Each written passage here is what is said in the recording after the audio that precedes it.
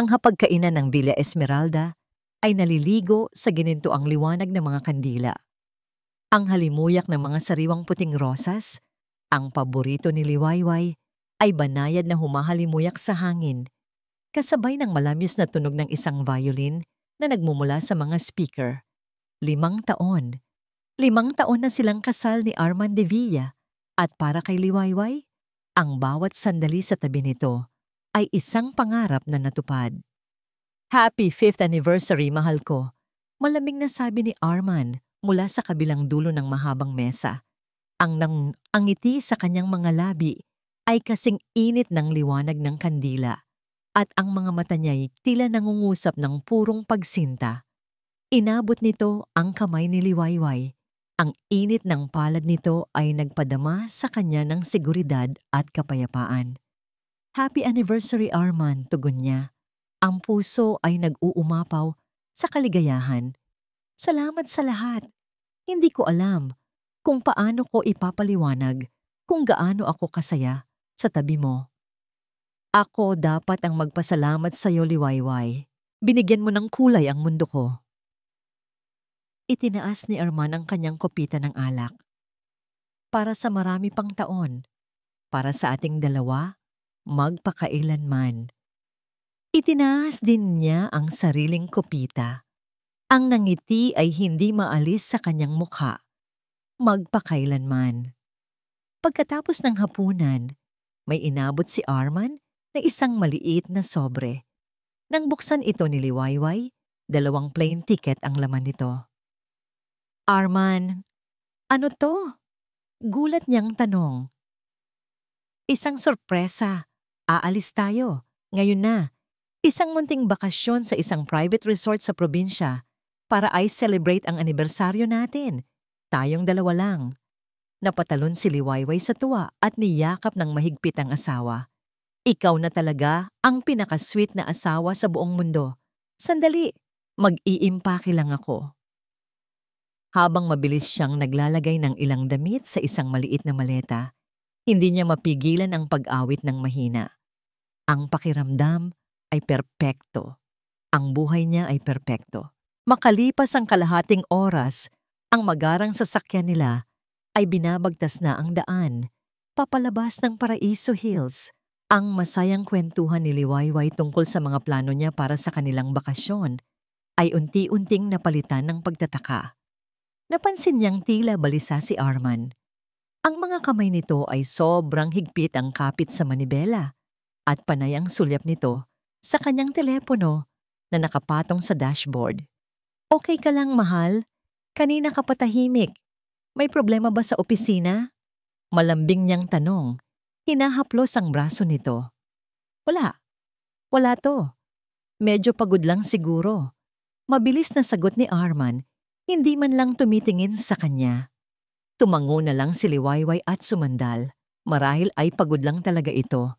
Pero habang lumalayo sila sa maliwanag na syudad at pumapasok sa isang madilim at liblib na kalsada sa probinsya na halos walang mga ilaw sa poste, isang hindi maipaliwanag na kaba ang nagsimulang gumapang sa kanyang dibdib. At doon, sa gitna ng kadiliman, isang itim na van ang biglang humarang sa kanilang daraanan. Ang nakakasilaw nitong mga headlight ay tumama diretso sa kanilang mga mata. Napapikit si Liwayway kasabay ng biglaang pagpreno ni Arman.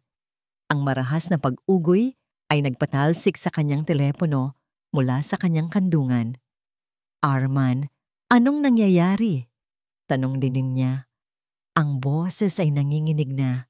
Isang lalaking nakaitim na bonnet at face mask ang mabilis na bumaba mula sa van.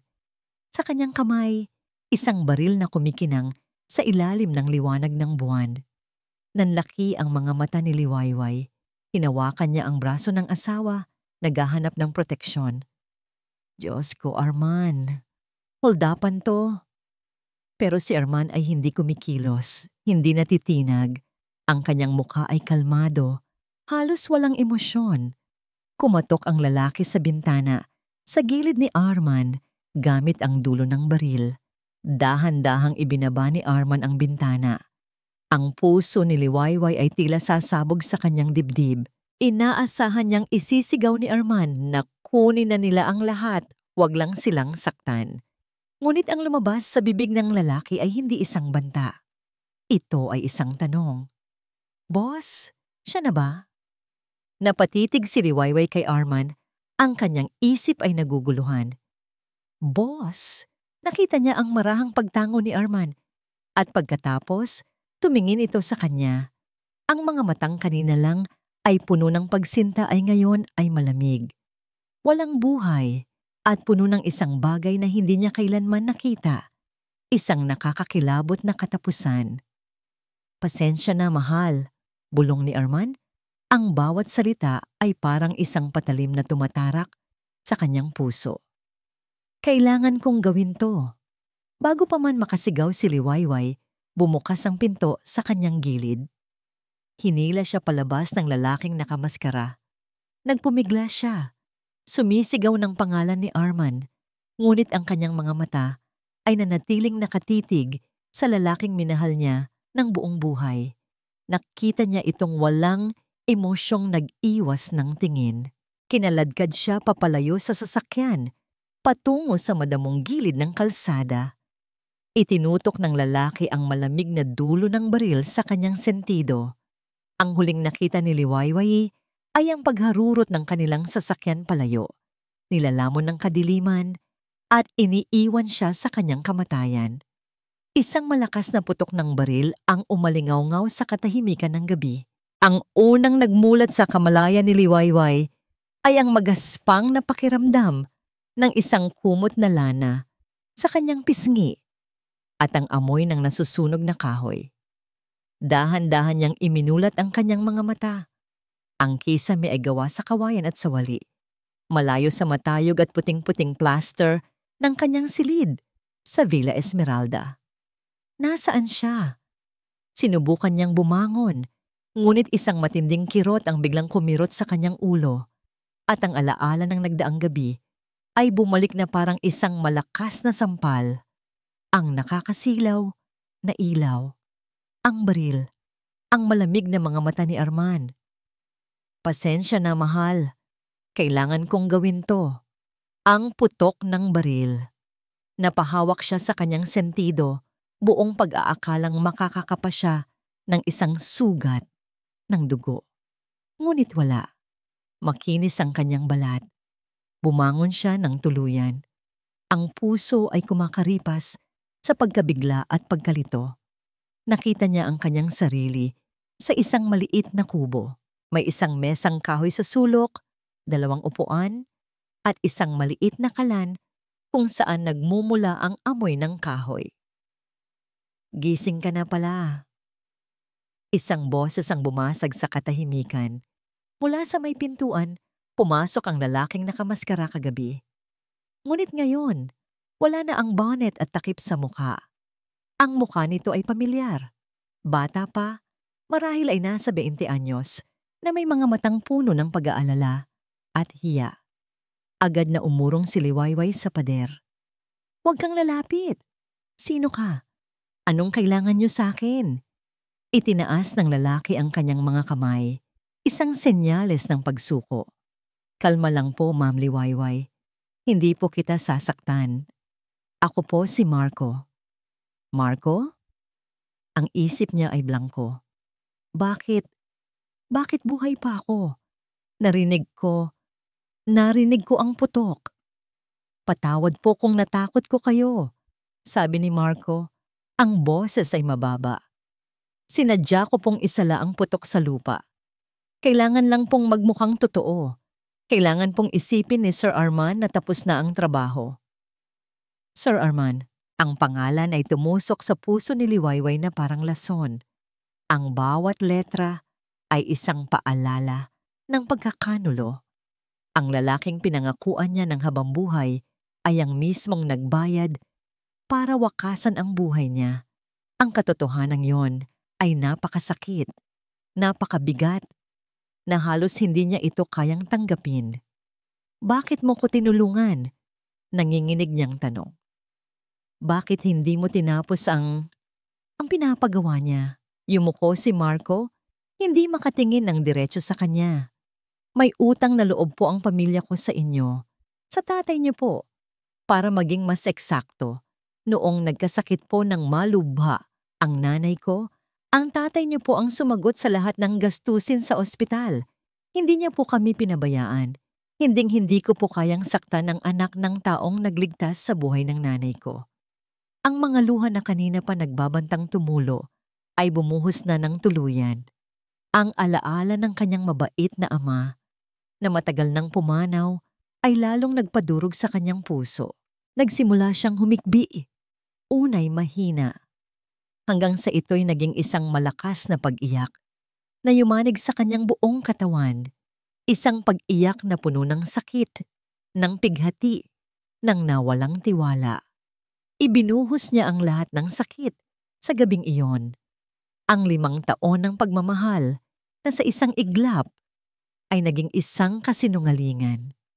Ang magpakailanman na kanilang pinagsaluhan ay isa palang hatol ng kamatayan nang maubos na ang kanyang mga luha at napalitan ito ng isang malamig at nanunuot na galit. Tumayo siya. Naglakad siya papunta sa isang basag na salamin na nakasabit sa dingding. Tinitigan niya ang kanyang sariling refleksyon. Ang babaeng umiiyak na may mamasa-masang mga mata at magulong buhok. Ang babaeng naging sunod-sunuran sa pag-ibig. Ang babaeng nagtiwala ng buo. Ang babaeng handang patayin ni Arman. Hindi. Bulong niya sa kanyang sarili. Hindi na ako to. May determinasyong nabuo sa kanyang mga mata. Isang apoy ang biglang nag-alab sa loob ng kanyang dibdib. Tinutupok ang lahat ng bakas ng kalungkutan. Humarap siya kay Marco. May gunting ka ba? O labaha? Nag-aalangan man ay iniabot ni Marco ang isang luma, ngunit matalas na gunting. Walang pag-aalinlangan. Sinimula ni Liwayway na gupitin ang kanyang mahaba at alagang-alagang buhok. Ang bawat lagas na hibla na bumabagsak sa sahig ay simbolo ng paglimot sa nakaraan. Ang bawat gupit ay isang pagputol sa babaeng dating kilala niya. Nang maubos na ang haba nito, kinuha niya ang labahan na iniabot ni Marco at walang takot na sinimulang ahitin ang natitira pa. Ang malamig na bakal sa kanyang anit ay isang paalala ng kanyang bagong layunin. Pagkatapos ng ilang minuto, tumingin siyang muli sa salamin. Isang ibang babae ang tumititig pabalik. Isang babaeng kalbo na may matang matatalim at puno ng determinasyon. Ang liwayway na asawa ni Arman ay wala na.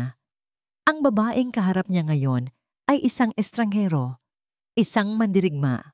Mula ngayon, sabi niya sa kanyang refleksyon, ang boses ay matatag at hindi na nanginginig. Ang pangalan ko ay Dalisay, Dalisay Cruz. Humarap siya kay Marco na nakatingin sa kanya ng may pagkamangha at takot. Kailangan kong bumalik, sabi niya. Saan po? Tanong ni Marco.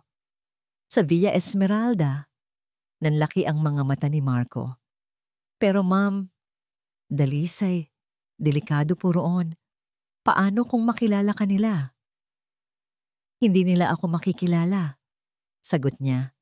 Hinahaplos ang kanyang bagong anyo. Alam kong naghahanap sila ng bagong katulong. Nagpaalam si Nene noong 1 linggo dahil uuwi na siya sa probinsya. Mag-a-apply ako. Papasok ako sa pamamahay ko bilang isang anino at kukunin ko sa kanila ang lahat.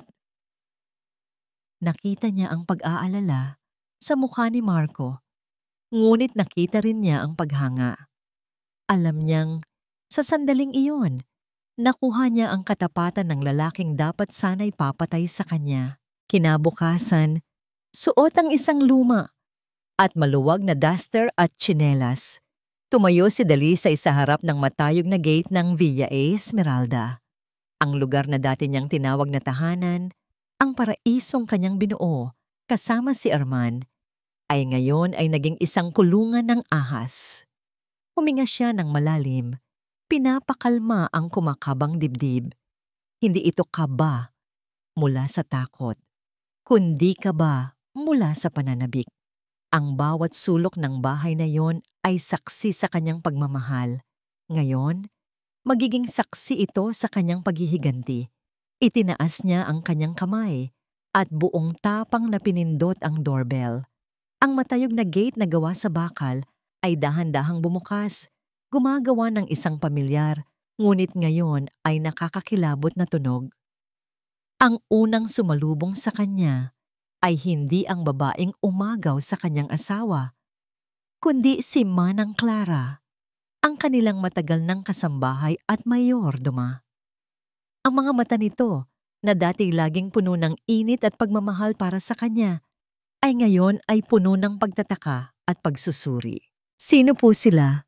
Tanong ni Manang Clara. Ang boses ay magalang ngunit may bahid ng pag-iingat. Ako po si Dalisay Cruz. Nabalitaan ko pong naghahanap kayo ng bagong katulong. Sagot ni Liwayway. Ibinaba ang kanyang boses at ginawa itong mas mahiyain, mas sunod-sunuran. Pinilit niyang iwasan ang direktang pakikipagtitigan. Tinitigan siya ni Manang Clara, mula ulo hanggang paa, mula sa ahit niyang ulo hanggang sa luma niyang tsinelas. May isang saglit na pagkunot ng noo, isang titig na matalas, mapanuri, na tila ba sinusubukang basahin hindi lang ang kanyang mukha, kundi pati ang kanyang kaluluwa. Ngunit sa huli, tumango na lang ito. Sige, pumasok ka. Nasa loob si Ma'am Dahlia. Ma'am Dahlia. Ang salitang yon ay parang lason sa pandinig ni Liwayway, ngunit isinantabi niya ang pait at sumunod papasok sa kanyang sariling pamamahay. Ang sala ay ganoon pa rin, ngunit may mga pagbabago. Ang mga portrait nilang mag-asawa ay wala na. Pinalitan ng isang malaking modern art painting na alam niyang hindi kailanman magiging estilo ni Arman. Ang mga paborito niyang porselanang vase ay pinalitan ng mga babasaging eskultura na walang kabuhay-buhay.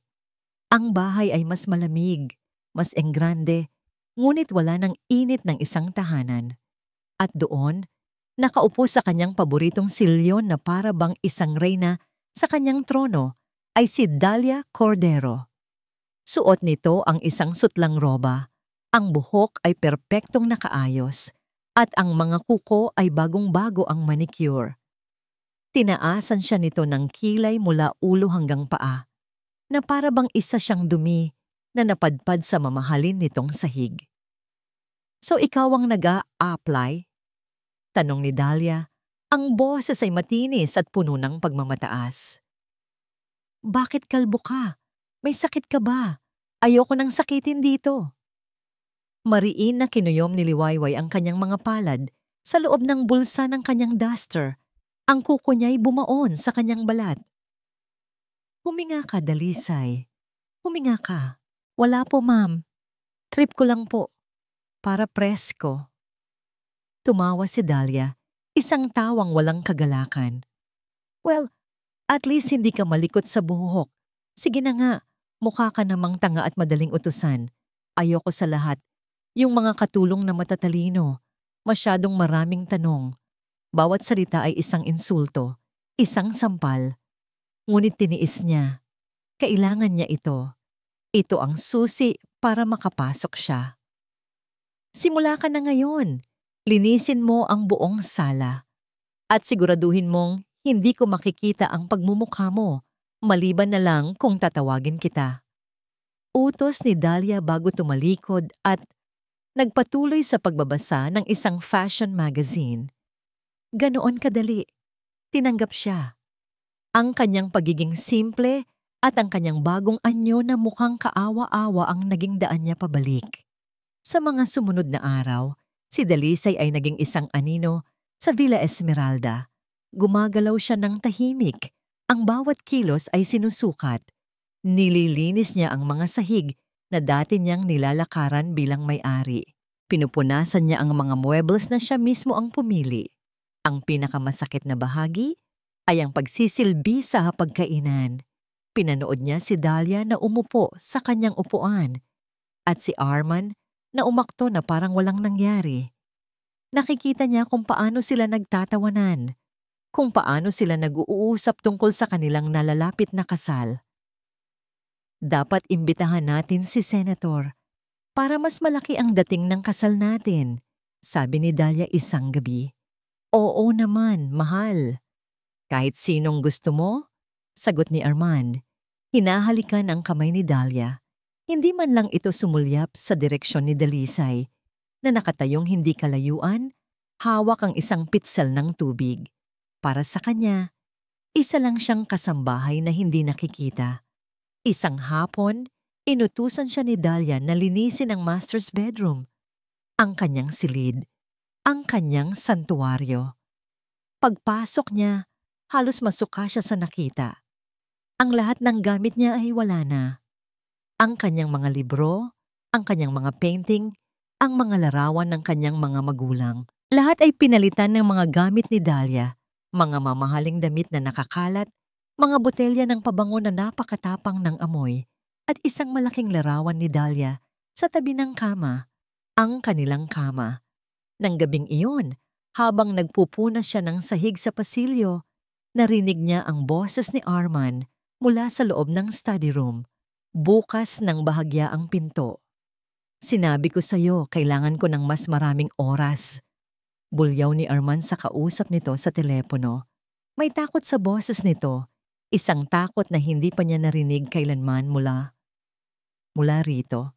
Ang Arman na kilala niya ay laging kalmado at kontrolado. Dahan-dahan siyang gumapang palapit sa pinto, nagtatago sa anino ng isang malaking halaman. Sumilip siya sa maliit na siwang. Nakita niya si Arman na pabalik-balik sa paglalakad. Ang isang kamay ay nasa buhok na tila basa sa bunutan ng sarili, habang ang isa ay mahigpit na hawak ang telepono. Hindi ganon kadali. Akala niyo ba, ganon-ganon lang yon? Patuloy nito. Nasa proseso na nga. Oo, malapit na. Malapit na ang kasal. Makukuha ko na ang kailangan ko. Bigyan niyo lang ako hanggang sa katapusan ng buwan. Isang sandaling katahimikan ang namayani habang nakikinig si Arman sa kabilang linya. Pagkatapos, ang mukha nito ay namutla. Huwag ninyong gagawin yan. Babayaran ko kayo. Pangako, babayaran ko ang lahat. Binaba ni Arman ang tawag nang may panggigigil. Sumandal ito sa kanyang mamahaling mesa na gawa sa mahogany. Ang dibdib ay mabilis na tumataas baba. Isang utang, hindi lang isang simpleng utang sa negosyo. Ang takot na nakita niya sa mga mata ni Arman ay takot ng isang taong ang buhay ay nasa panganib. Marahan siyang umatras. Ang puso ay kumakabog, hindi dahil sa takot, kundi dahil sa isang bagong natuklasan. Ang pagpapakasal kay Dahlia, ang pagpatay sa kanya, hindi lang ito dahil sa simpleng pagnanasa. May mas malalim na dahilan. May isang malaking sikreto. At ang sikretong yon, ang magiging susi niya. Bago siya tuluyang makalayo, muling bumukas ang pinto ng study room. Ngunit hindi si Arman ang lumabas, kundi si Manaang Clara. May dalang isang bandehado nang walang lamang tasa ng kape. Nagtama ang kanilang mga mata. Ang tingin ni Manang Clara ay matalas, puno ng kahulugan. Hindi ito nagsalita. Ngunit sa isang saglit na yon, sa paraan ng pagtitig nito sa kanya, naramdaman ni Liwayway na hindi lang siya ang anino na nagmamasid sa loob ng Villa Esmeralda. Bumalik si Dalisay sa kwarto ng mga katulong, ang isip ay puno ng mga tanong. Humiga siya sa kanyang manipis na banig, nakatitig sa madilim na kisame. Ang bawat salita ni Arman, ang bawat takot sa mukha nito, ay paulit-ulit na naglalaro sa kanyang isipan. Ang plano niya ay hindi na lang basta paghihiganti. Ito ngayon ay naging isang paghahanap sa katotohanan at sisiguraduhin niyang sa pagbagsak ni Arman at Dahlia. Kasama nilang babagsak ang lahat ng kasinungalingan at krimen na itinatago nila sa likod ng marangyang pader ng Villa Esmeralda. Kinuyom niya ang kanyang kamao. Hindi pa ito tapos. Sa katunayan, ngayon pa lang ito nagsisimula. Ang pagkakataong hinihintay ni Dalisay ay dumating makalipas ang 3 araw. Isang maaraw na Sabado, narinig niya si Dahlia na masayang nag-aanunsyo na aalis sila ni Arman para sa isang food tasting session para sa kanilang engrandeng kasal. Ang pait na naramdaman ni Dalisay ay mabilis na napalitan ng isang kuryente ng determinasyon. Ito na ang pagkakataon niya. Nang makalabas na ang sasakyan ni Arman sa gate, ang buong Villa Esmeralda ay tila huminga ng maluwag. Tanging si Dalisay at si Manang Clara na lang ang naiwan sa malaking bahay. Ang orasan sa dingding ay tila bumagal. Ang bawat pag-ikot ng kamay nito ay isang paalala na limitado lang ang kanyang oras. Kailangan niyang gumawa ng paraan para mapag-isa. Dala ang isang bandehado na may lamang baso ng juice. Naglakad si Dalisay papunta sa kusina kung saan abala si Manang Clara sa pag-ayos ng mga bagong dating na grocery. Sa tamang sandali, kunwari siyang natapilok sa isang hindi nakikitang bagay sa sahig. Isang malakas na kalabog ang umaling-awngaw nang bumagsak ang bandehado. Ang baso ay nabasag at ang matamis na orange juice ay kumalat sa makintab na puting sahig. Naku, Dalisay, ano ka ba naman? Mag-ingat ka. Sita ni Manang Clara, halatang naabala sa kanyang ginagawa. Ay nako, sige na, ako nang bahala rito. Baka lalo ka lang makasugat. Ayusin mo na lang yung mga bagong laba sa taas. Pasensya na po, Manang, sabi ni Dalisay. Pinipigilan ang nangiti ng tagumpay sa kanyang mga labi. Ito ang eksaktong gusto niyang mangyari. Mabilis siyang umakyat sa hagdanan, ngunit sa halip na dumiretso sa laundry room, lumiko siya patungo sa pasilyo kung nasaan ang study room ni Arman. Ang puso niya ay dumadagundong sa kanyang dibdib. Ang bawat kabog ay tila isang malakas na tambol sa katahimikan ng bahay. Dahan-dahan niyang pinihit ang seradura. Hindi ito nakalock. Pumasok siya at isinara ang pinto ng walang tunog. Ang amoy ng mamahaling pabango ni Arman at Katad ay sumalubong sa kanya. Tumingin siya sa paligid. Ang study room na ito ay dati niyang pinapasukan para magdala ng kape, para yakapin si Arman mula sa likod habang ito'y nagtatrabaho. Ngayon, ito ang pugad ng kaaway. Nagmamadali siyang lumapit sa mesa. Sinimulan niyang buksan ang mga drawer, isa-isa.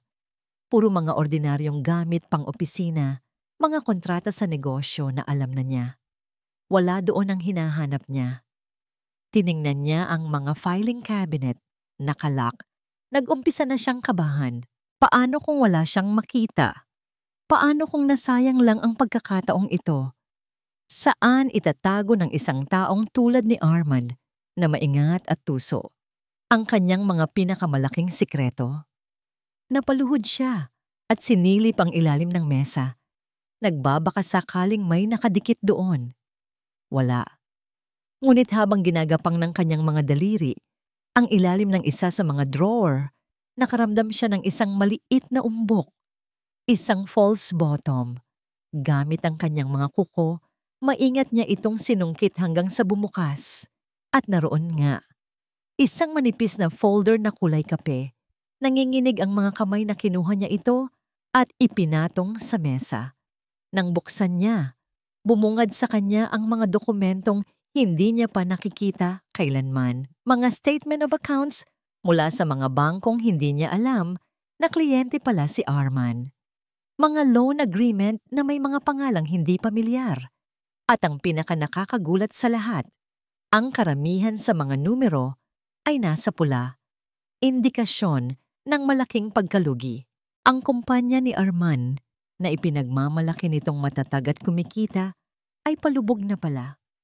Kinuha niya ang kanyang mumurahing telepono, ang tanging gamit na nag-uugnay sa kanyang nakaraan. Mabilis niyang kinuhanan ng litrato ang bawat pahina. Ang tahimik na click ng kamera ng telepono ay parang putok ng baril sa sobrang katahimikan ng silid. Bawat litrato ay isang bala.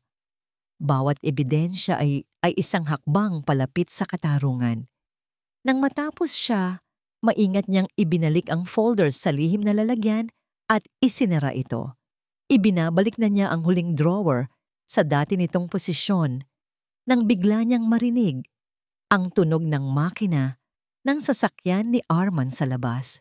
Bumalik sila ng maaga. Nagpanik si Dalisay.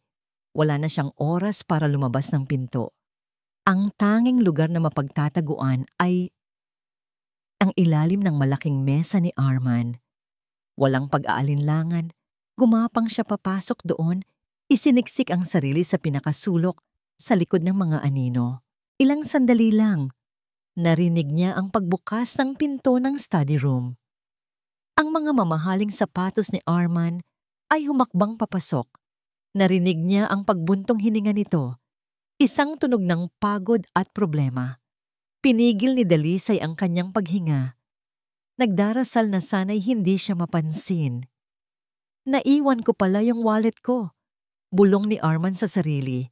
Narinig niya ang pagbukas ng drawer sa itaas niya. Pagkatapos ay isinara ito. Narinig niya ang mga yabag nito papalabas na sana ng silid. Nakahinga na sana siya nang maluwag nang bigla itong huminto. Isang mahinang tunog ang kanyang narinig. Isang click. Pagkatapos ay isang mahinang kaluskos sa sahig. Mula sa ilalim ng mesa, nakita ni Dalisay ang isang itim na ballpen na gumugulong sa sahig na gawa sa kahoy. At ito'y gumugulong papalapit. Papalapit. Hanggang sa huminto ito 1 pulgada na lang ang layo mula sa gilid ng kanyang duster, kung saan siya ay nanginginig sa pagtatago. Ang oras ay tila huminto. Ang bawat tibok ng puso ni Dalisay sa ilalim ng mesa ay kasinlakas ng isang kulog sa kanyang pandinig. Ang itim na ballpen ay nakatigil doon, 1 pulgada mula sa kanyang duster, isang tahimik na testigo sa kanyang pagtatago.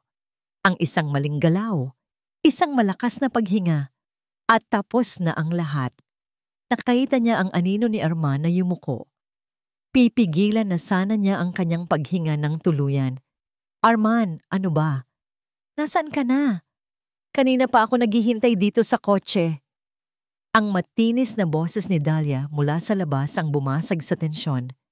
Nag-angat ng ulo si Arman, halatang naasar sa pagkaabala. Oo, pababa na. Sigaw niya pabalik. Sa huling pagkakataon, sumulyap si Arman sa sahig. Tinitigan ng ballpen na parabang nag-iisip kung pupulutin pa ba niya ito. Ngunit sa huli, nagkibit-balikat na lang ito at nagmamadaling lumabas ng silid. Ang tunog ng mga sapatos nito ay papalayo. Naghihintay pa si Dalisay ng 1 buong minuto, hindi gumagalaw, hanggang sa sigurado na siyang wala na talaga ito. Dahan-dahan siyang gumapang palabas. Ang mga binti ay nanginginig sa pinaghalong takot at ginhawa. Mabilis niyang kinuha ang ballpen, ibinalik ito sa ibabaw ng mesa at tahimik na lumabas ng study room. Nakasalubong niya si Dahlia sa pasilyo na masama ang timpla. Hoy, anong ginagawa mo dyan? Bakit ang tagal mong maglinis ng mantsa sa kusina? Singal nito. Pasensya na po, ma'am. Papunta na po ako roon. Sagot ni Dalisay. Yumuko para itago ang pamumutla sa kanyang mukha. Sa mga sumunod na araw, naramdaman ni Dalisay na ang bawat galaw niya ay sinusubaybayan. Hindi ni Arman na abala sa mga problema nito o ni Dahlia na masyadong abala sa sarili. Ang mga matang nakamasid sa kanya ay ang mga mata ni Manang Clara. Napapansin niya ito sa mga sulok ng kanyang paningin habang nagpupunas siya ng mga bintana, habang nag-aayos ng mga bulaklak sa florera. Walang sinasabi si Manang Clara, ngunit ang kanyang mga titig ay matalas, puno ng mga tanong na hindi masabi. Isang umaga, habang nag-aayos si Dalisay ng mga throw pillow sa sofa, hindi niya namalayang inayos niya ito sa paraang dati niyang ginagawa. 2 sa kaliwa, 3 sa kanan, at ang pinakamaliit ay eksaktong nasa gitna. Isang maliit na quirk na alam niyang sa kanya lang.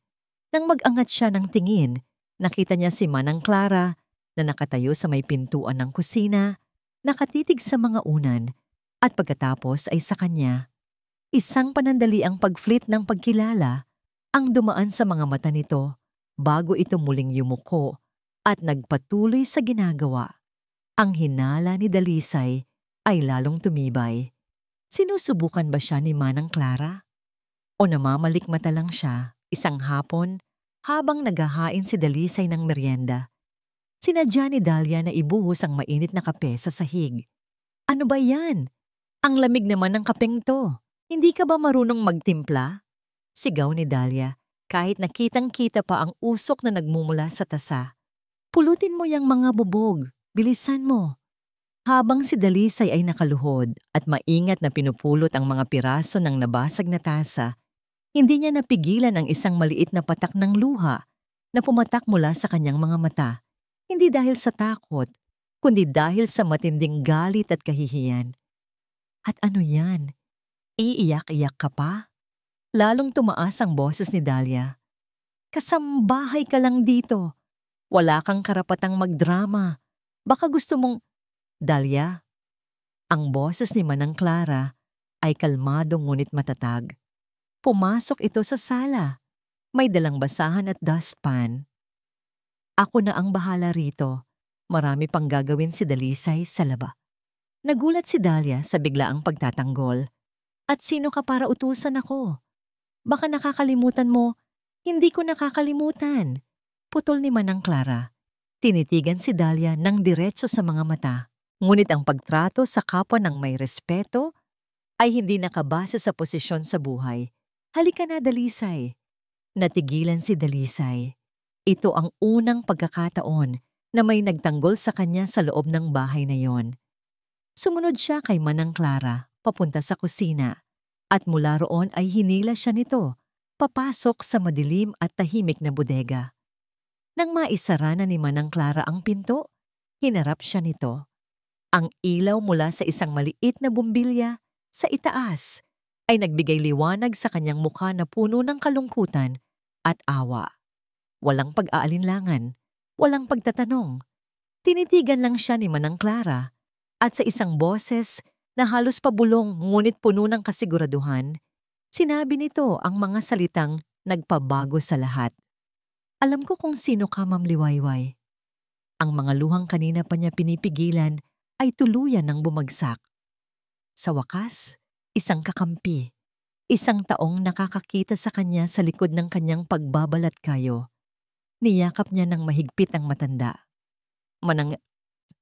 Iyon lang ang tanging salitang lumabas sa kanyang bibig. Shhh! Tahan na! Nandito lang ako! Sabi ni Manang Clara. Hinahaplos ang kanyang likod. Nang kumalma na siya, dahan-dahan siyang inihiwawalay nito at hinawakan sa magkabilang balikat. Ang mga mata nito ay seryoso. Kailangan mong mag-ingat ng husto, lalo na sa babaeng yon. Alam ko po, Manang, siya ang dahilan kung bakit gustong ipagawa ni Arman ang... Hindi niya matuloy ang salita. Umiling si Manang Clara. At ang sinabi nito, ang nagpatigil sa pagtibok ng puso ni Liwayway. Higit pa riyan, anak.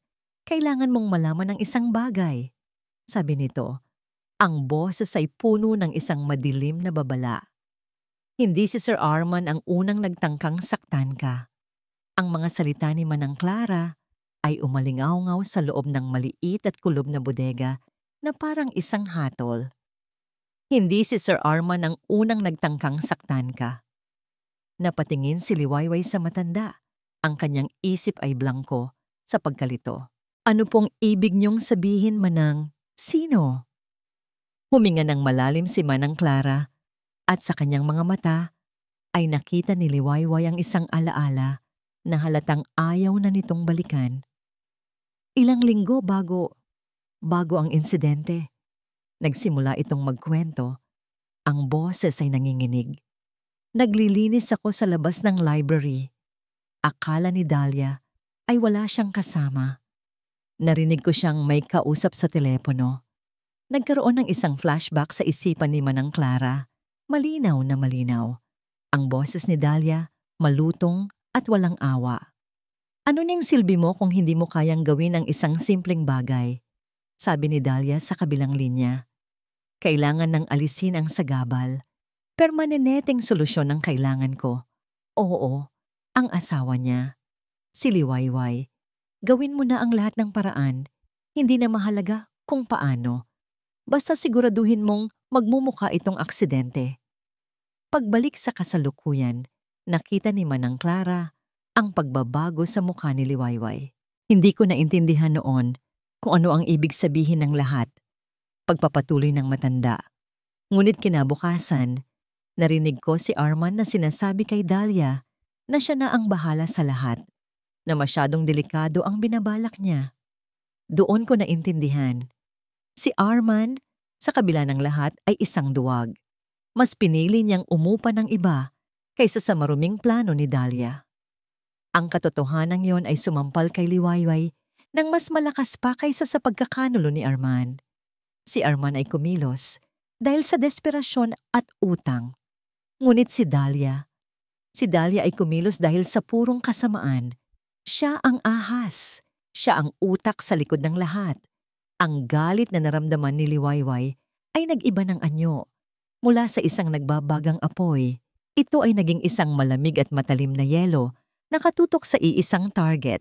Kinagabihan, nang ang lahat ay natutulog na, dahan-dahang nagtungo si Dalisay sa isang maliit na sulok malapit sa kusina kung saan naroon ang isang luma at mabagal na desktop computer na ginagamit ng mga kasambahay.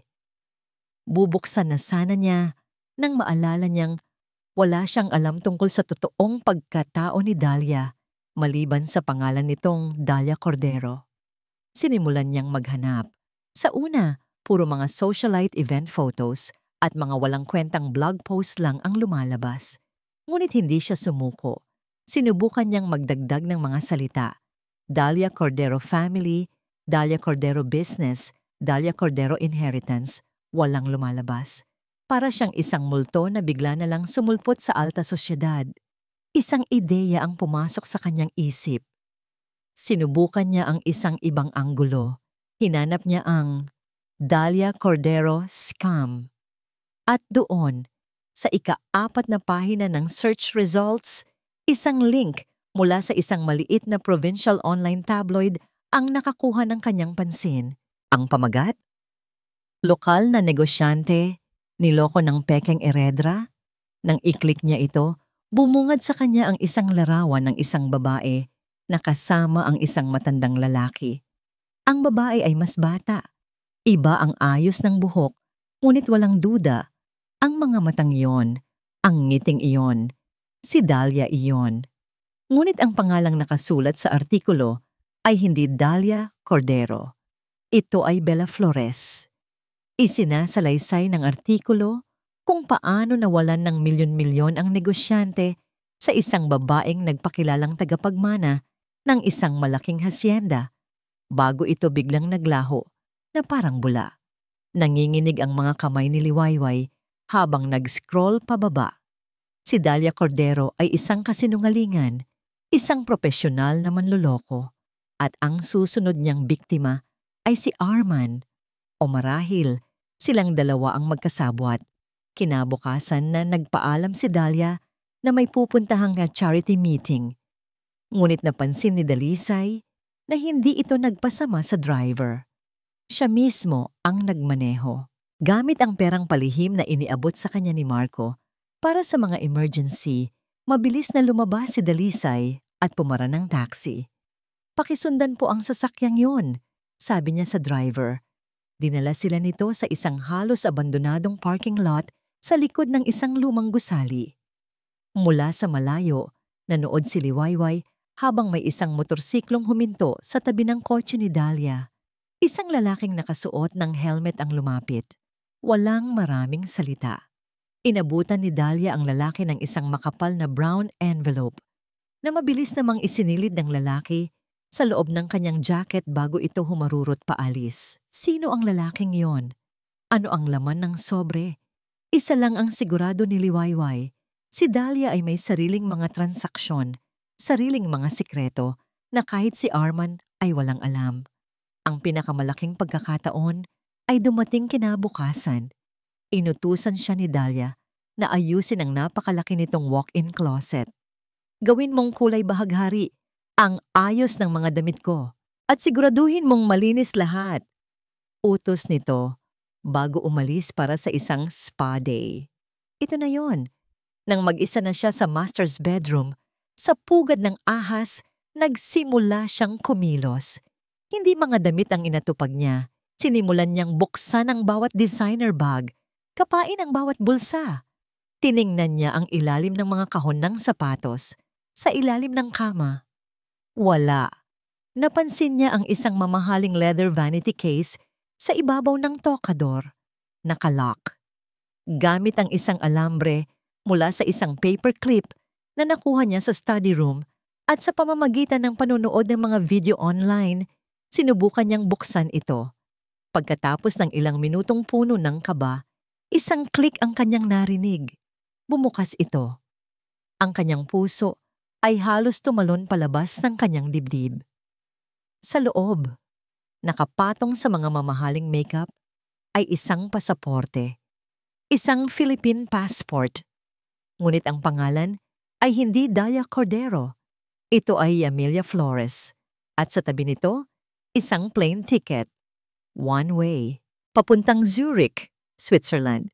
Ang petsa ng flight. 2 araw pagkatapos ng petsa ng kasal nila ni Arman. Ilalagay na sana niya pabalik ang lahat nang may maramdaman siyang mahinang pag-vibrate mula sa isa sa mga handbag na nakasabit.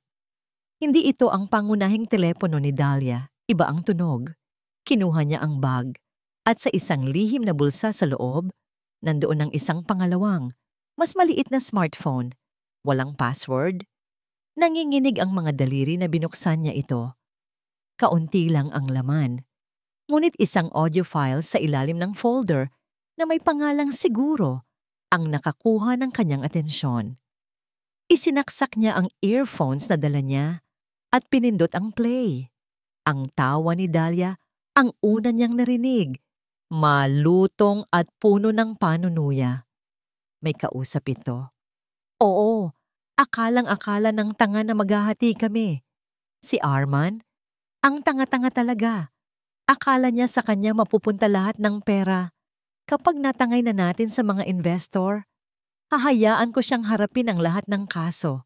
Hahayaan ko siyang mabulok sa kulungan. Sa oras na makuha ko ang pera, aalis na ako. Mag-isa. Ako? Magsasaya sa Switzerland habang siya nagbabayad para sa krimen na pareho naming ginawa. Natapos ang recording, napaupo si Dalisay sa sahig. Hawak ang telepono. Ang hangin ay tila nawala sa kanyang mga baga. Ang katotohanan ay mas masahol, mas marumi, at mas masalimuot kaysa sa kanyang inaakala. Hindi ito isang simpleng kwento ng pagtataksil. Ito ay isang master plan ng panloloko.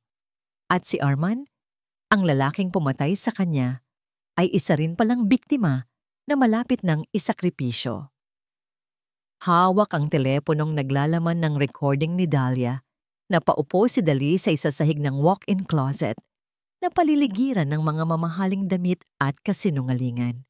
Ang bigat ng kanyang mga natuklasan ay tila isang malaking bato na dumadagan sa kanyang dibdib. Hindi na lang ito simpleng paghihiganti. Mas malaki na ito, mas marumi. May mga sindikato, mga scam, at plano ng pagtakas.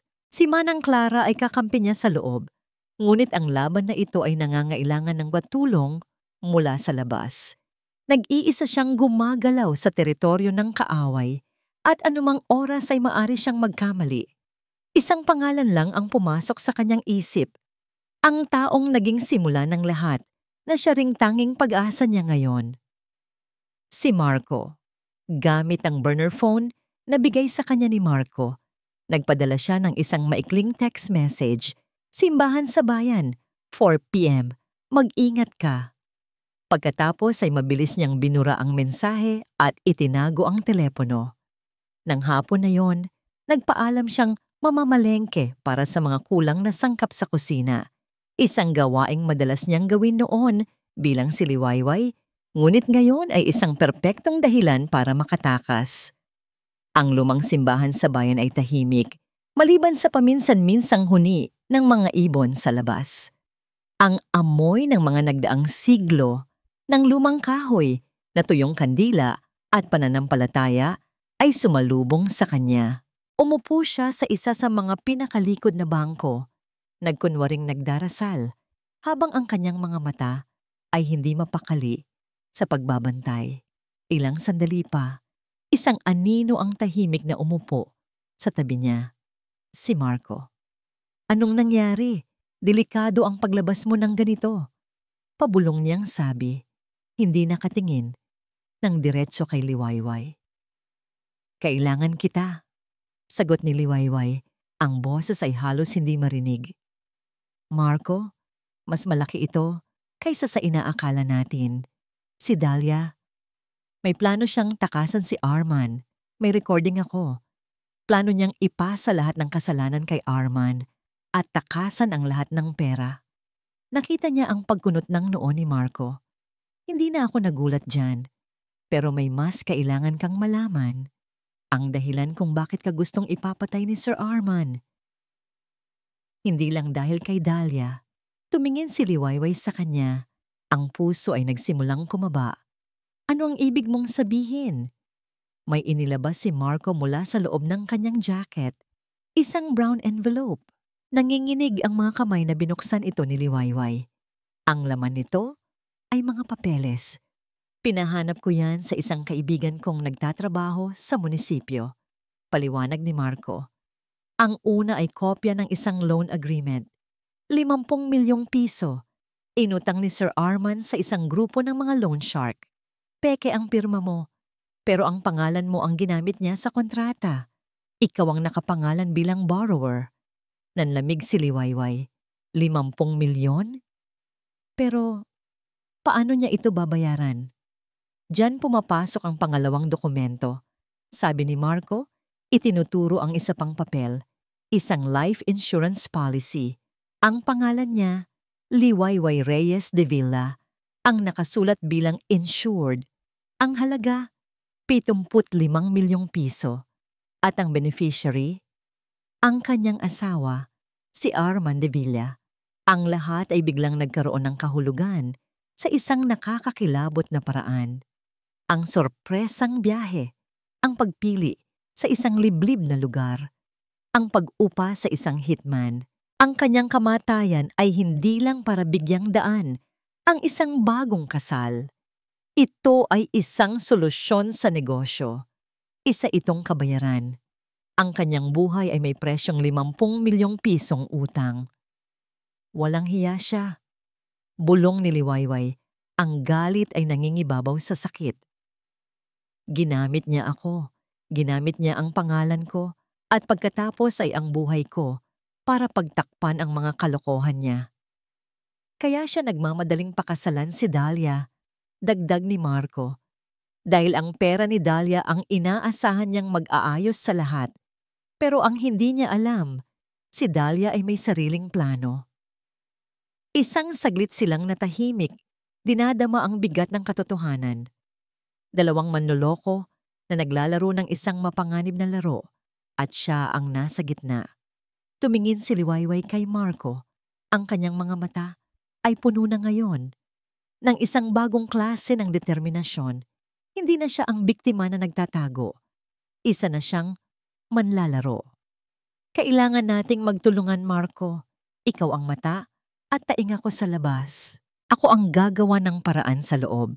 Kailangan nating makuha ang lahat ng ebidensya, ang ebidensya sa panloloko ni Dahlia at ang ebidensya sa Ponzi scheme ni Arman. Tumango si Marco. Ang kanyang ekspresyon ay seryoso. Gagawin ko.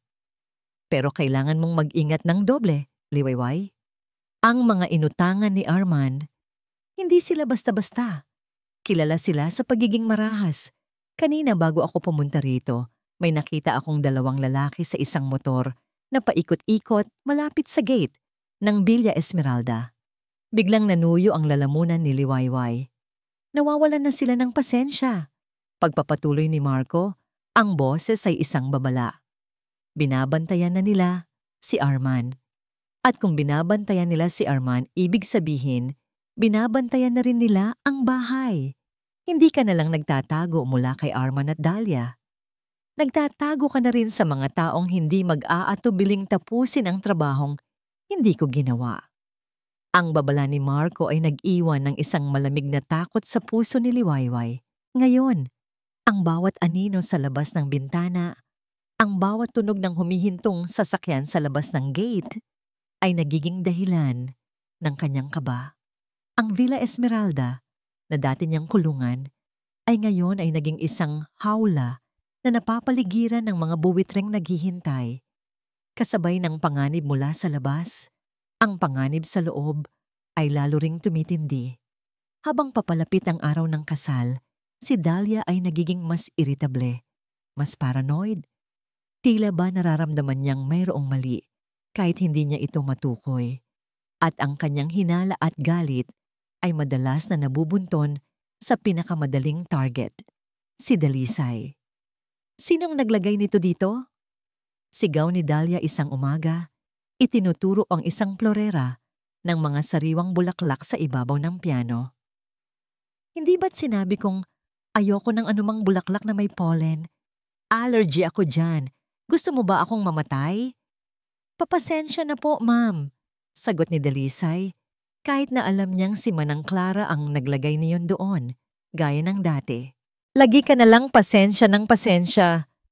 Wala ka bang ibang alam sabihin? Singhal ni Dahlia. Makinig ka, Dalisay. May napapansin ako sa'yo. Masyado kang tahimik, masyado kang nagmamasid. Hindi ako tanga. May iba sa'yo. Naniga si Liwayway. Nakikita na ba siya? Nabubutas na ba ang kanyang pagbabalat kayo? Wala po, ma'am. Ganito lang po talaga ako. Sagot niya. Yumuko para iwasan ang matatalim na titig nito. Ngunit hindi naawat si Dahlia. Sa mga sumunod na araw, tila naging misyon na nito ang gawing impyerno ang buhay ni Dalisay. Palagi itong naghahanap ng mali, gaano man kaliit. Kung hindi masyadong maalat ang pagkain, masyado namang matabang. Kung hindi masyadong mainit ang tubig sa kanyang pampaligo, masyado namang malamig. Bawat utos ay may kasamang insulto, bawat pagkakamali ay may kasamang banta. Naiintindihan ni Liwayway ang nangyayari. Sinusubukan siyang sirain ni Dahlia. Sinusubukan siyang paalisin. Nararamdaman nitong may panganib. At gusto nitong alisin ang lahat ng posibleng banta bago ang araw ng kanyang tagumpay. Ang huling pagsubok ay dumating isang hapon, 3 araw bago ang kasal. Abalang-abala ang lahat. Dumating ang wedding planner, ang caterer, at ang florist. Sa gitna ng kaguluhan, tinawag ni Dahlia ang lahat ng kasambahay sa sala. Nawawala ang diamond necklace ko, sabi niya. Ang boses ay kalmado, ngunit puno ng panganib. Isa itong regalo mula kay Arman. Napakahalaga nito at sigurado akong isa sa inyo ang kumuha. Ang mga kasambahay ay nagkatinginan, puno ng takot. Hindi ko gustong tumawag ng pulis. Pagpapatuloy ni Dahlia, ang mga mata ay nakatutok kay Dalisay. Kaya hahalugugin ko ang mga gamit ninyo, isa-isa. Sinimulan niyang buksan ang mga bag ng mga kasambahay. 1, 2, 3. Walang nakita. At pagkatapos, lumapit siya sa isang maliit na bayong na pag-aari ni Dalisay kung saan nakalagay ang kanyang pitaka at ang burner phone. Bago pa man makagalaw si Liwayway, mabilis na dinukot ni Dahlia ang laman nito. At mula sa loob, inilabas nito ang isang kumikinang na kwintas na diamante. Ang lahat ay napasinghap. Ayan, sigaw ni Dahlia. Itinaas ang kwintas na para bang isang tropeo. Sabi ko na nga ba, ikaw ang magnanakaw. Mula pa noong una, alam kong may mali sa'yo. Tumawag kayo ng Nanlamig ang buong katawan ni Liwayway. Isa itong patibong. Si Dahlia mismo ang naglagay niyon doon. Ito na ang katapusan. Mahuhuli siya, makikilala, at lahat ng pinaghirapan niya ay mawawalan ng saysay. Tumingin siya sa paligid, naghahanap ng tulong, ngunit ang nakita lang niya ay mga matang puno ng takot at paghuhusga. Hindi po ako. Nagsimula siyang magsalita, ngunit ang kanyang boses ay nawawala. Nang akala niya ay tapos na ang lahat, isang boses ang pumailan lang. Hindi siya ang kumuha. Lahat ay napalingon kay Manang Clara. Dahan-dahan itong lumapit. Ang muka ay kalmado, ngunit ang mga mata ay puno ng isang hindi matatawarang bigat. Ako, sabi ni Manang Clara. Ang boses ay malinaw at matatag. Ako ang kumuha ng kwintas. Natigilan ng lahat, maging si Dahlia. Ano? Manang? Pero bakit? Kailangan ko ng pera, sabi ni Manang Clara. Umiiyak na ngayon, ngunit ang mga luha ay bahagi ng kanyang pag-arte. Ang apo ko, may malubhang sakit sa puso. Kailangan siyang maoperahan. Patawarin niyo ako, Ma'am Dahlia. Desperado lang po ako. Ibabalik ko po. Huwag niyo lang po akong ipakulong. Ang eksena ay perpekto. Ang isang lola na gagawin ang lahat para sa kanyang apo. Isang kwentong mas kapani-paniwala kaysa sa isang simpleng kasambahay na magnanakaw. Nawala ang ngisi sa mukha ni Dahlia. Hindi ito ang inaasahan niyang mangyari. Ang plano niya ay mapaalis si Dalisay, hindi ang matandang katiwala nila. Ngunit wala na siyang magagawa. Kung ganoon, lumayas ka, sigaw niya kay Manang Clara. Ayoko nang makita pa ang pagmumukha mo dito. Umalis ka na. Tumango si Manang Clara. Pinunasan ng kanyang mga pekeng luha. Bago ito tuluyang tumalikod, dumaan ito sa tabi ni Dalisay. Hinawakan nito ng mahigpit ang kanyang kamay. Ang pagpisil ay puno ng kahulugan. Tapusin mo ang sinimulan mo. Bulong nito. Sapat lang para marinig ni Liwayway. Pinanood ni Liwayway ang pag-alis ng kanyang nag-iisang kakampi sa loob ng bahay. Ang bigat ng sakripisyo nito ay dumagan sa kanya. Ngayon, siya na lang talaga ang mag-isa. Tumingin sa kanya si Dahlia. Ang mga mata ay nanlilisik sa galit dahil sa pagkasira ng kanyang plano. Huwag kang magkakamali, sabi ni Dahlia sa isang mapanganib na bulong. Ikaw na ang susunod. Sa scene, ang gabi bago ang kasal ay bumalot sa Villa Esmeralda ng isang kakaibang katahimikan. Isang katahimikang mas maingay pa kaysa sa anumang sigaw. Ito ang katahimikan bago ang isang malakas na bagyo. Mula sa kanyang maliit na silid, naririnig ni Dalisay ang mahihinang tunog ng kasiyahan. Mula sa sala, si Arman at Dahlia, kasama ang ilang malalapit na kaibigan, ay nagkakaroon ng isang maliit na salo-salo. Nagtatawanan sila, nag-iinuman, ipinagdiriwang ang isang tagumpay na itinayo sa ibabaw ng kanyang libingan. Para kay Liwayway, ito na ang huling gabi. Huling pagkakataon. Kung hindi siya kikilos ngayon, ang lahat ay mawawalan ng saysay. Ang sakripisyo ni Manang Clara, ang tulong ni Marco, ang 6 na buwan niyang pagtitiis. Lahat. Hawak niya ang lahat ng ebidensya laban kay Dahlia, ang recording, ang litrato ng pasaporte at plane ticket. Ngunit kulang pa. Kailangan niya ng ebidensyang direktang magdidiin kay Arman sa kanyang Ponzi scheme. Ang ebidensyang alam niyang itinatago nito na parang isang banal na kasulatan, ang kanyang ledger at ang laptop kung saan nakatala ang lahat ng pangalan ng investor at lahat ng transaksyon, at alam niya kung saan ito nakatago. Sa isang safe na nasa likod ng paborito nitong painting sa loob ng study room. Naghanda siya. Sa loob ng 6 na buwan, kinabisado niya ang bawat sulok ng bahay na yon. Ang bawat galaw ng mga tao sa loob, ang bawat tunog. Alam niyang bandang 10:00 ng gabi, ang hardinero ay mag-isispray ng pesticide sa mga halaman sa hardin. Isang gawain na gumagawa ng ingay. Iyon ang magiging takip niya. Nang marinig na niya ang ugong ng spraying machine mula sa labas, nagsimula siyang kumilos. Tahimik siyang lumabas ng kanyang silid at nagtungo sa basement. Maingat niyang binuksan ang main circuit breaker box. Huminga siya ng malalim at sa isang mabilis na galaw, ibinaba niya ang switch para sa garden and patio lights. Isang saglit na kadiliman ang bumalot sa labas ng bahay na sinundan ng mga sigaw ng pagkadismaya mula sa mga bisita. Ano yon? Nawalan ng ilaw. Arman, anong nangyari?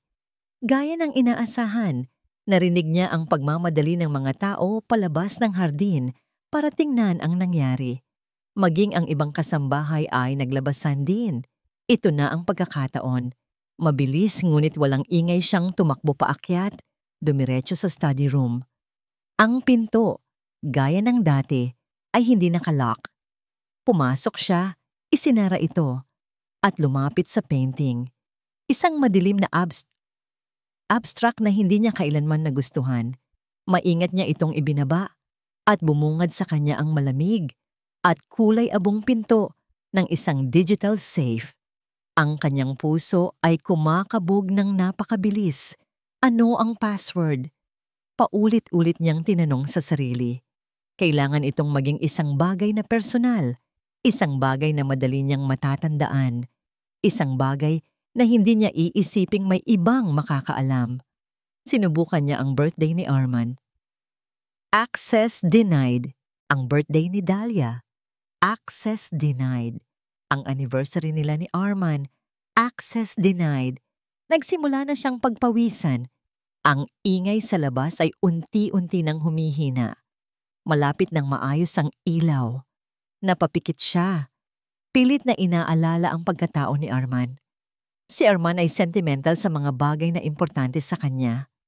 At sa kabila ng lahat, alam ni Liwayway na ang pinakaimportanteng tao sa buhay ni Arman bago dumating si Dahlia ay siya. Nanginginig ang mga daliri na sinubukan niya ang isang huling kombinasyon, ang kanyang sariling kaarawan. 0815 August 15. Isang mahinang beep ang kanyang narinig na sinundan ng isang click. Bumukas ang safe. Nakahinga siya ng maluwag. Sa loob, naroon nga ang isang itim na ledger at isang silver na laptop. Kinuha niya ang isang maliit na USB mula sa kanyang bulsa. Isang regalo mula kay Marco. Isinaksak niya ito sa laptop. Habang nagbo-boot up ang computer, binuksan niya ang ledger. Ang bawat pahina ay puno ng mga pangalan at numero. Mga taong nagtiwala kay Arman. Mga taong ninakawan nito ng kanilang mga pangarap. Nang bumukas ang laptop, isang password screen ang humarang sa kanya. Ngunit sa pagkakataong ito, alam na niya. Liwayway my love. Ang paborito nitong password sa lahat ng bagay noon. Isang mapait na nangiti ang sumilay sa kanyang labi. Kahit sa kanyang kamatayan, siya pa rin ang susi. Nang makapasok siya, mabilis niyang hinanap ang mga folder. Project Horizon. Iyon ang pangalan ng kanyang Ponzi scheme. Kinopya niya ang buong folder papunta sa USB. Ang bawat segundo ay tila isang oras habang pinapanood niya ang progress bar na dahan-dahang napupuno. 98%. 99%. Copying complete. Mabilis niyang tinanggal ang USB, isinara ang laptop, at ibinalik ang lahat sa loob ng safe. Isinara niya ito, ibinalik ang painting sa dati nitong lugar. Pagod ngunit matagumpay, huminga siya ng malalim. Nasa kanya na ang lahat. Pagpihit niya para buksan ang pinto, dahan-dahan itong bumukas mula sa labas. At doon, nakatayo sa may pintuan, nakasandal sa hamba. At may hawak na isang baso ng whiskey ay si Arman. Ang mga mata nito ay bahagyang naniningkit dahil sa kalasingan. Ngunit may isang matalas na tingin ng pagtataka sa mukha nito. Tinitigan siya nito. Isang hamak na kasambahay na kalbo, nasa loob ng kanyang pribadong opisina sa kalaliman ng gabi. Anong ginagawa mo dito? Tanong ni Arman. Ang boses ay mababa at puno ng panganib. Ang puso ni Dalisay ay tila huminto sa pagtibok. Nahuli siya. Sa huling sandali, nahuli siya. Ngunit ang 6 na buwan ng pagpapanggap at pagtitiis ay nagturo sa kanya kung paano maging kalmado sa gitna ng panganib. Ang takot na minsan nang nagpatumba sa kanya ay ngayon ay naging sandata niya. Sa Sir Arman, sabi niya, ang boses ay sadyang ginawang nanginginig at puno ng takot, gaya ng inaasahan sa isang kasambahay na nahuli. Pasensya na po. Nakita ko pong nakaawang ang pinto. Pumasok lang po ako para sana tingnan kung may kailangan linisin. Patawad po, sir. Yumuko siya ng todo. Itinatago ang kanyang mukha. Itinatago ang USB na mahigpit niyang hawak sa kanyang nanginginig na kamay. Tinitigan siya ni Arman ng matagal.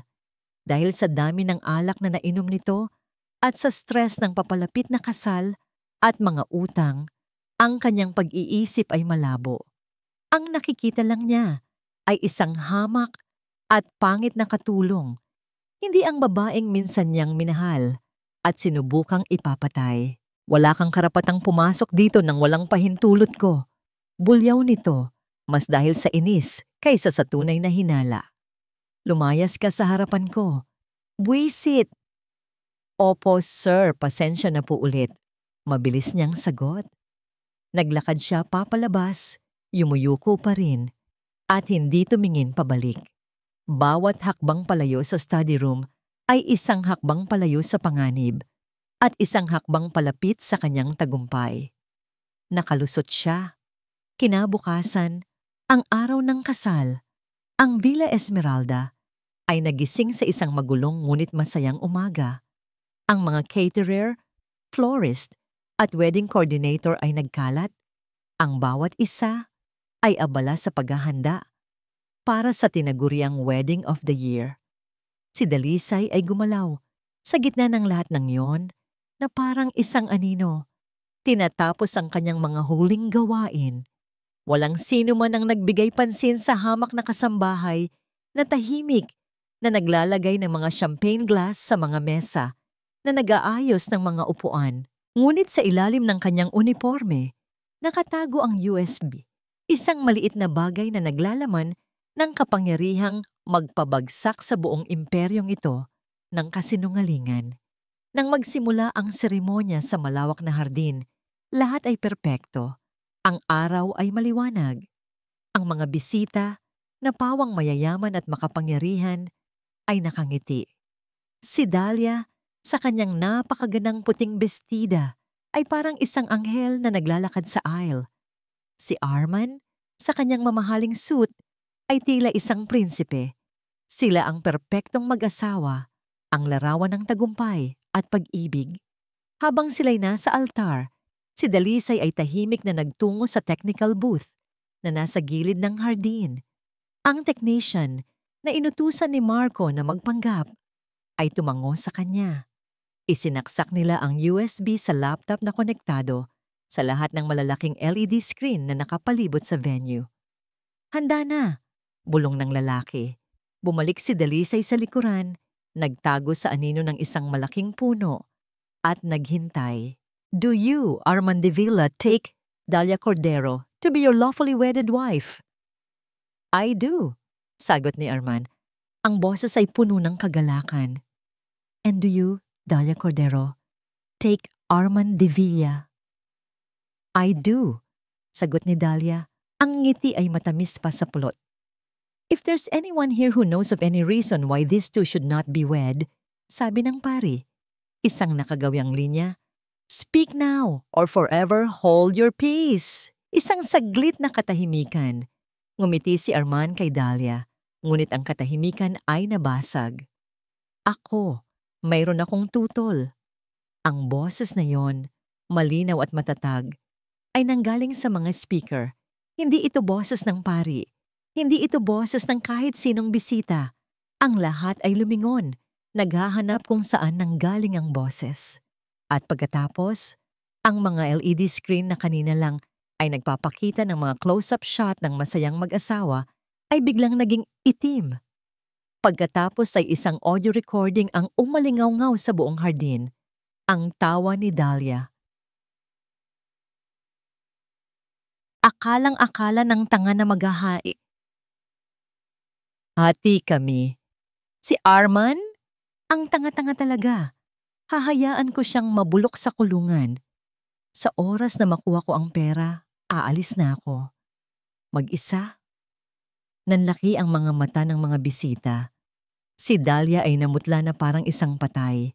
Tumingin siya kay Arman na nakatingin sa kanya nang may hindi makapaniwalang galit.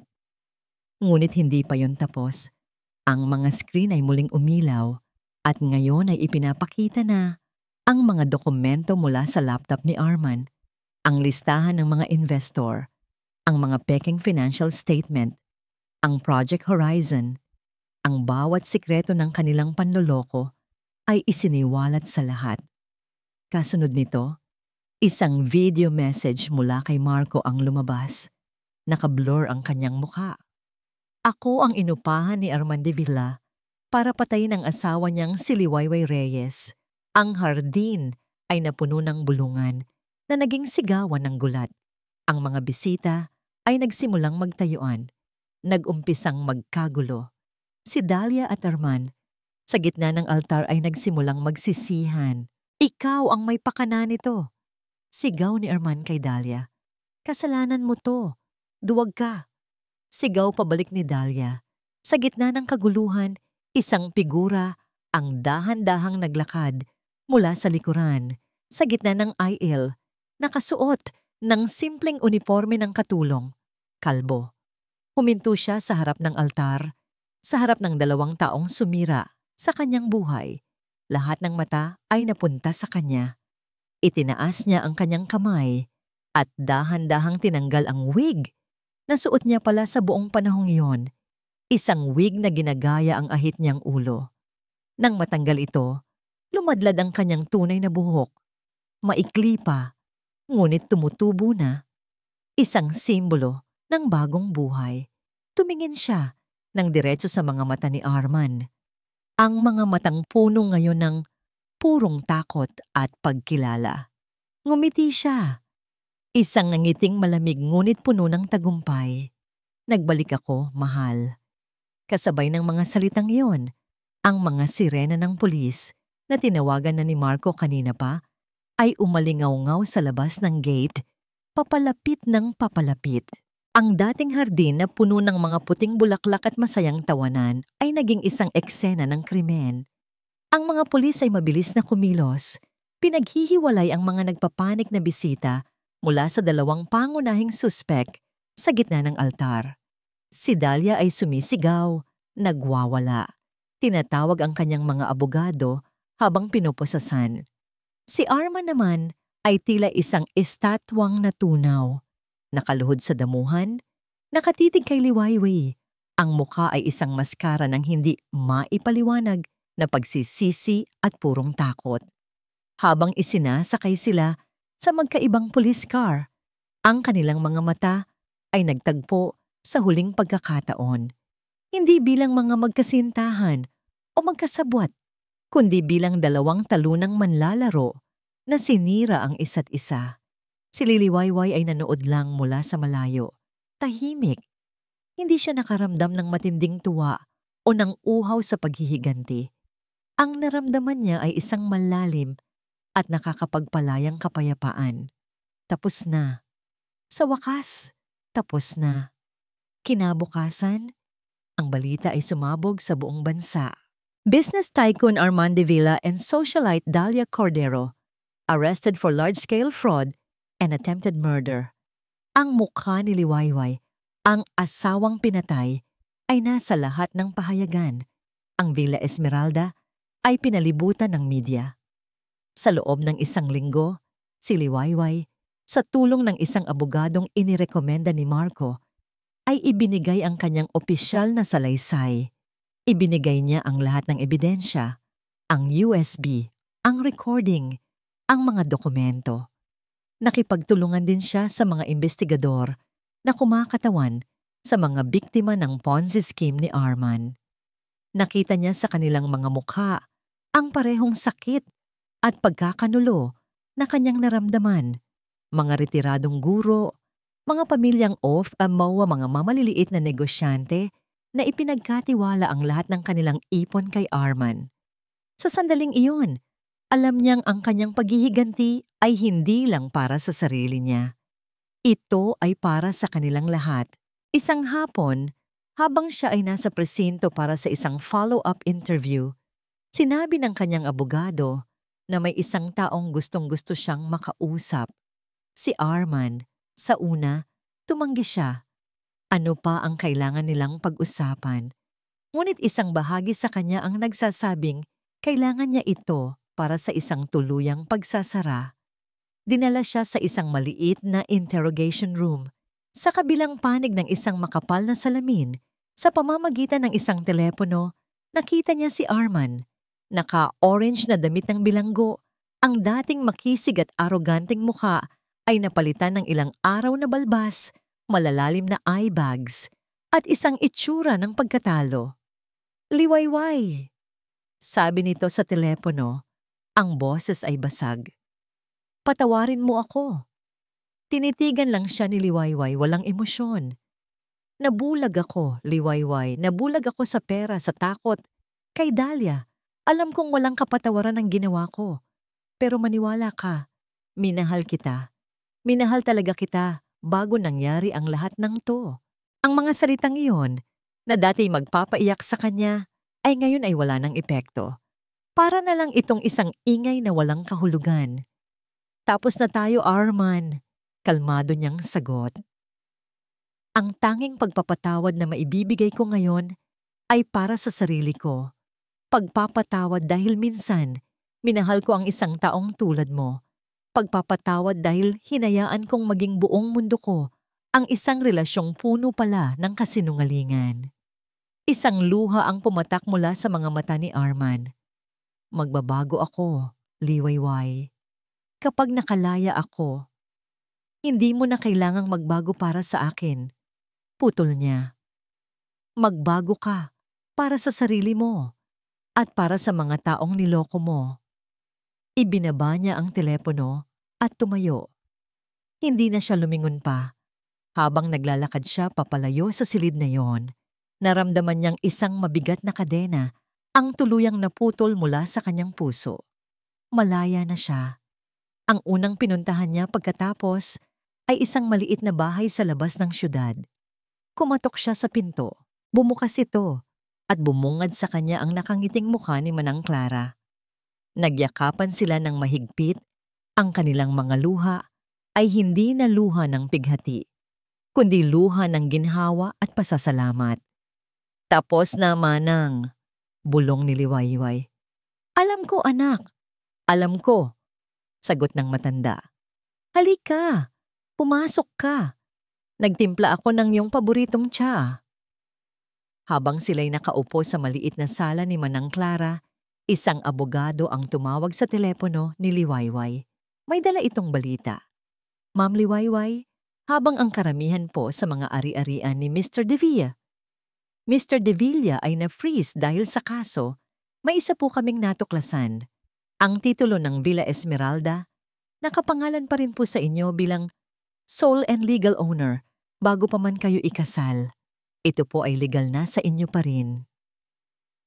Ibinaba ni Liwayway ang telepono. Ang bahay na naging saksi sa kanyang pinakamalaking kaligayahan at pinakamalaking kabiguan ay sa kanya pa rin.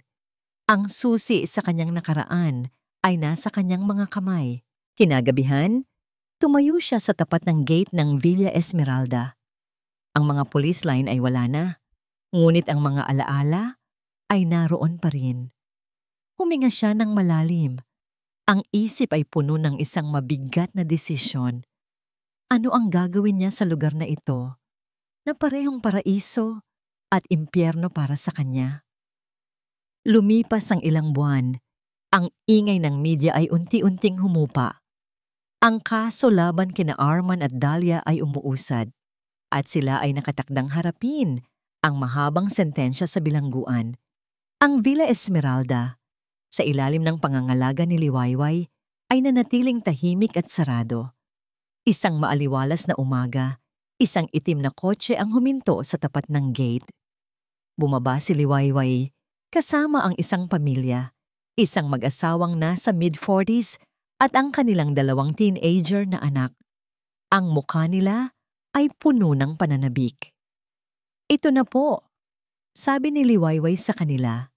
Isang matamis, ngunit may bahid ng nakaraang ngiti. "Ang bago ninyong tahanan."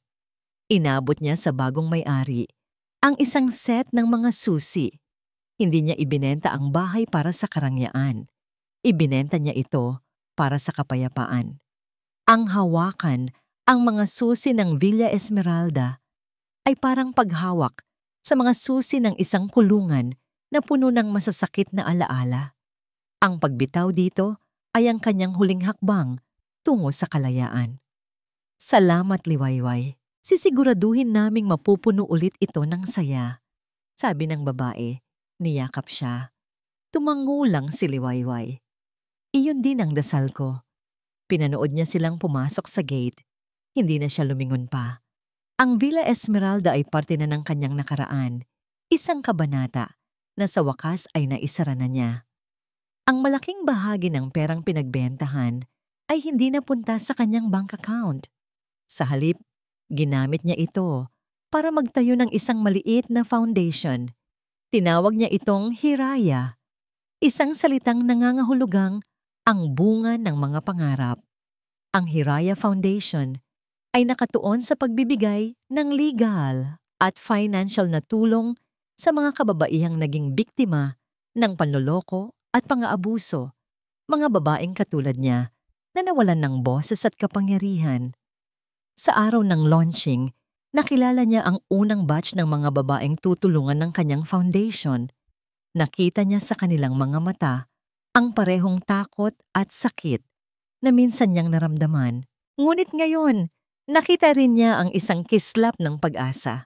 At sa pagbibigay ng pag-asa sa iba, unti-unti ring naghihilom ang sarili niyang mga sugat. Isang hapon, nagmaneho si Liwayway papunta sa sementeryo. Ang hangin ay malamig at tahimik. Nilapitan niya ang puntod ng kanyang mga magulang. Nilinis niya ito at naglagay ng mga sariwang puting rosas. Ang mga paborito niya pa rin. Umupo siya sa damuhan. Hinahaplos ang malamig na marmol. Bulong niya. "Okay na po ako. Marami pong nangyari. Nasaktan po ako. Nadapa. Pero bumangon po ako. At ngayon, mas matatag na po ako kaysa dati. Sana po proud kayo sa akin." Isang banayad na hangin ang umihip na tila isang yakap mula sa kabilang buhay. Sa unang pagkakataon, sa loob ng mahabang panahon, naramdaman niyang hindi siya nag-iisa. Ang huling eksena ng kanyang kwento ay hindi naganap sa isang marangyang villa o sa isang abalang opisina. Ito ay naganap sa isang simpleng dalampasigan kung saan ang asul na dagat ay humahalik sa puting buhangin. Nakatayo si Liwayway sa tabi ng dagat, nakayapak. Ang maikling buhok niya, na dati simbolo ng kanyang paghihiganti, ay medyo humaba na, hinahaplos ng maalat na hangin. Ang araw ay dahan-dahang sumisikat sa silangan, pinipinta ang kalangitan ng kulay kahel at rosas. Isang Liwayway, isang bagong umaga. Hindi niya alam kung ano ang naghihintay para sa kanya sa hinaharap. Hindi niya alam kung magmamahal siyang muli. Ngunit sa sandaling iyon, hindi iyon mahalaga. Ang mahalaga ay narito siya, buo, malaya, at payapa. Tumingin siya sa sumisikat na araw at sa kanyang mga labi, isang tunay na ngiti ang sumilay. Hindi ito ang napaangiti ng isang asawang nagmamahal. Hindi ito ang ngiti ng isang naghihiganti. Ito ay ngiti ng isang babaeng natagpuan ang kanyang sarili. Isang napangiting nagsasabing, anuman ang dalhin ng bukas, handa na siyang harapin ito. Dahil ang tunay na kaligayahan ay hindi matatagpuan sa pag-ibig ng ibang tao, kundi sa pag-ibig na natutunan mong ibigay sa iyong sarili. At sa wakas, si Liwayway ay natuto ng mahalin ang kanyang sarili ng buong buo. Ito ay hindi ang katapusan ng kanyang kwento. Ito ang simula. At dito nagtatapos ang kwento ni Liwayway. Mula sa kaibuturan ng aking puso, maraming salamat sa inyong pagsama sa paglalakbay na ito. Ang bawat kabanata ay isinulat ng may pag-iingat at ang bawat salita ay nagmula sa pagnanais na magbahagi ng isang kwentong hindi lamang makapagbibigay aliw, kundi makapupulutan din ng aral. Hindi naging madali ang isulat ang kanyang pinagdaanan, ang sakit, ang pagdududa, ang paghihiganti. Ngunit ang pinakamahalagang bahagi ng kanyang paglalakbay ay hindi ang kanyang pagbagsak, kundi ang kanyang marangal na pagbangon.